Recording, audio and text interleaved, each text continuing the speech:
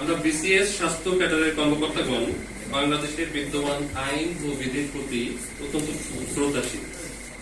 দেশের প্রত্যন্ত ইউনিয়ন থেকে শুরু করে সর্বোচ্চ চিকিৎসা সেবা কেন্দ্র পর্যন্ত পদায়ন হওয়া এই ক্যাডারের প্রায় ৩৫,০০০ কর্মকর্তা দেশের স্বাস্থ্য ব্যবস্থার মূল মেরুদণ্ড।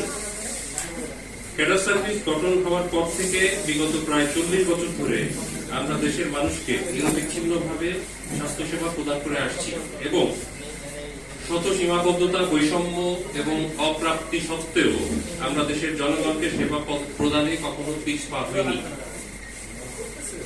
বিগত কিছু বছর যাবৎ আমরা উদ্বেগের সাথে লক্ষ্য করছি যে সরকারি চাকরিবিধির গুরুতর লঙ্ঘন ঘটিয়ে ক্যাডার পদসমূহে ভিন্ন নিয়োগ বিধির আওতায় নিয়োগপ্রাপ্ত অ্যাডহক এবং প্রকল্প কর্মকর্তাদের পদায়ন ও পদোন্নতি দেয়া শুরু করেছে স্বাস্থ্য অধিদপ্তর এবং স্বাস্থ্য মন্ত্রণালয়ের কিছু দুষ্কৃতিকারী কর্মকর্তা। চাকরি বিধির গুরুতর লঙ্ঘন হওয়ায় আমরা লিখিতভাবে আমাদের আপত্তি জানিয়ে প্রক্রিয়াগতভাবে এগোতে থাকি, কিন্তু উক্ত শাখাসমূহের কর্মকর্তাদের অনিয়ম করা হতে থামানো যায়নি, বরং এই অন্যায়ের মাত্রা ক্রমান্বয়ে বাড়তে থাকে। অদ্যাবধি প্রায় সহস্রাধিক বিধি বহির্ভূত পদোন্নতি, জনপ্রশাসনের নির্দেশনা অমান্য করে প্রায় ৫ শতাধিক বিধি বহির্ভূত পদায়ন এবং ক্যাডার কর্মকর্তাকে অ্যাডহক বেসিসে নিয়োগপ্রাপ্তদের অধীনস্থ করা ইত্যাদি কার্যক্রম চরম আকার ধারণ করেছে। এর ফলে আমরা মহামান্য সুপ্রিম কোর্টে ২০২২ সালে মামলা দাখিল করতেও বাধ্য হই।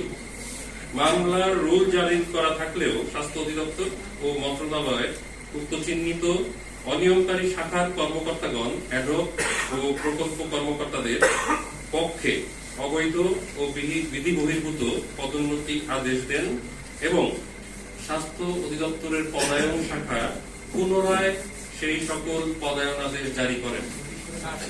এসব অনিয়মের মাঝেই বিগত ২০২৩ সালে স্বাস্থ্য মন্ত্রণালয় থেকে জনপ্রশাসন মন্ত্রণালয় পরপর পাঠানো ৩টি পত্র আমাদের দৃষ্টিগোচর হওয়ায় আমরা হতবাক ও বাকরুদ্ধ হয়ে যাই।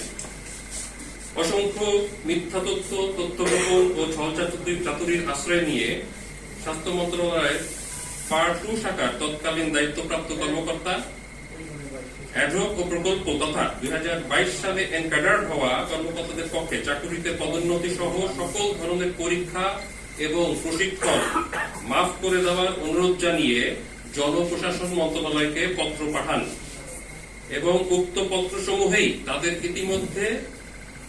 ইতিপূর্বে দেয়া বিতর্কিত পদোন্নতি সমূহের অবৈধ বলে স্বীকার করে নেওয়া হয়।